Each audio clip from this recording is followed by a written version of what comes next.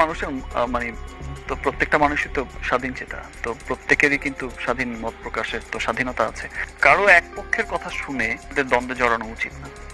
কেউ একজন এসে কিছু বললো, সেটা শুনেই যে একজন দ্বন্দ্বে জড়িয়ে গেল, ভুল বোঝা স্টার্ট করে দিল, মানে ভুল বোঝাবুঝি।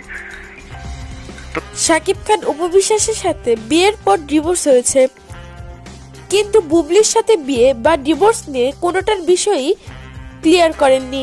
আজকে যদি কিছু ক্লিয়ার করতেন এমন প্রশ্নে শাকিব খান বলেন, মন্দ লোকও আছে, পক্ষও যেমন আছে, তৃতীয় পক্ষও তেমন। ছোটখাটো কিছু না করে না ধরে আমার মনে হয় সকলকে নিয়ে বসে জিনিসটা সুন্দরভাবে একটা সুস্থ সমাধান করা উচিত। অপু বিশ্বাস নাকি শবনম ইয়াসমিন বুবলি, কার সাথে ভবিষ্যতে দেখা যাবে আপনাকে?